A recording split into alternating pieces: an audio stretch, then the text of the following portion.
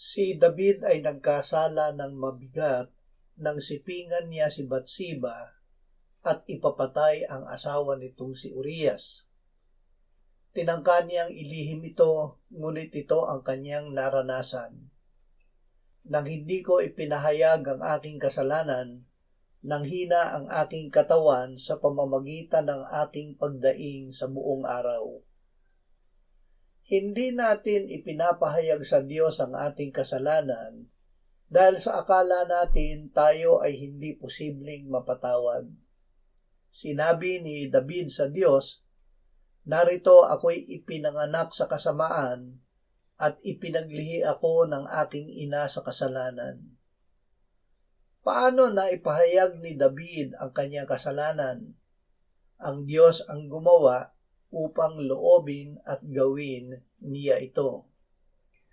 Sinabi ni David sa Diyos, "Sa araw at gabi ay mabigat sa akin ang iyong kamay. Ang aking lakas ay natuyong gaya ng sa init ng tag-araw." Dahil dito ay sinabi niya, "Kinilala ko ang aking kasalanan sa iyo at hindi ko ikinubli ang aking kasamaan.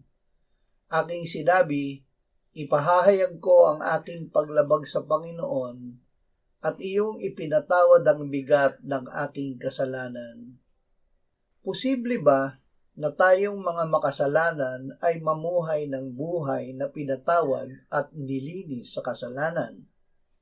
Posible dahil sa biyaya ng Diyos sa pamamagitan ng Panginoong Hesus.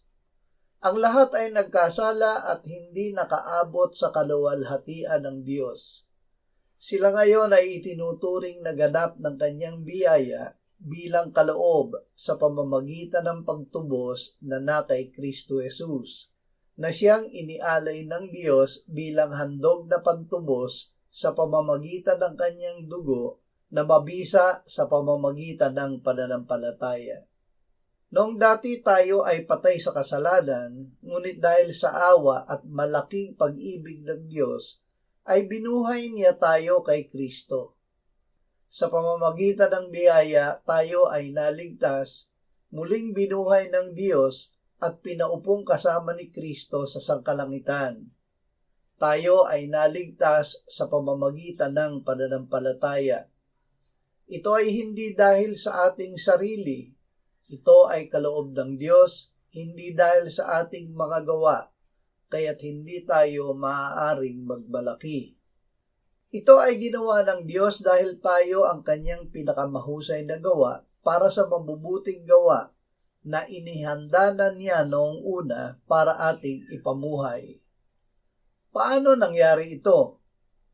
Una, tayo ay nilalang ng Diyos kay Kristo Jesus.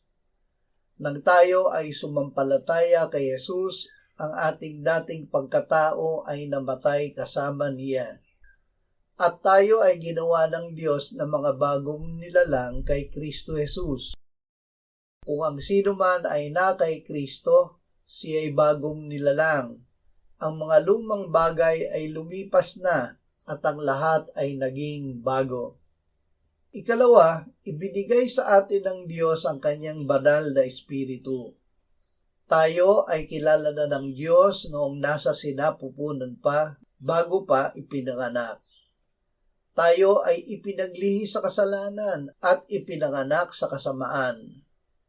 Ngunit hindi tayo gayon sa pasimula. Noong pasimula ay nilikha ng Diyos ang tao mula sa alabok. Ngunit ang alabok ay hiningahan ng Diyos ng hininga ng buhay ng kanyang espiritu, kaya't ito ay naging buhay na kaluluwa.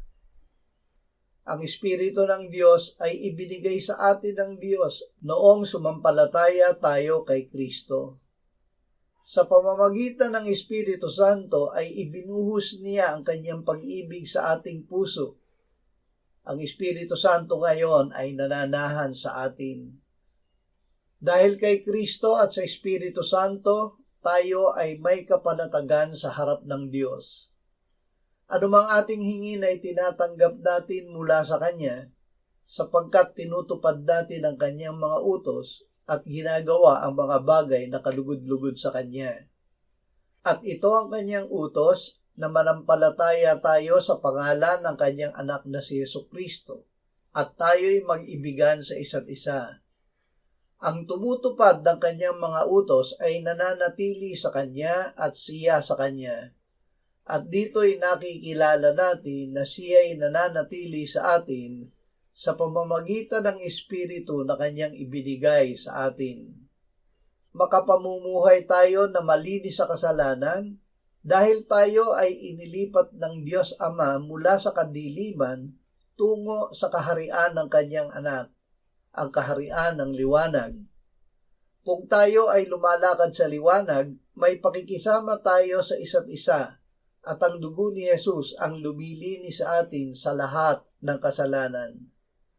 Kung ipinahahayag natin ang ating mga kasalanan, ang Diyos ay tapat at banal na magpapatawad sa ating mga kasalanan at tayo'y lilinisin sa lahat ng kalikuan. Ano ang layunin ng aral na ito para sa atin?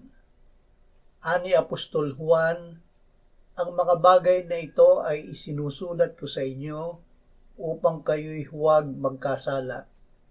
Ngunit kung ang sino man ay magkasala, tayo ay may tagapagtanggol sa harap ng Ama, si Jesucristo na siyang matuwid.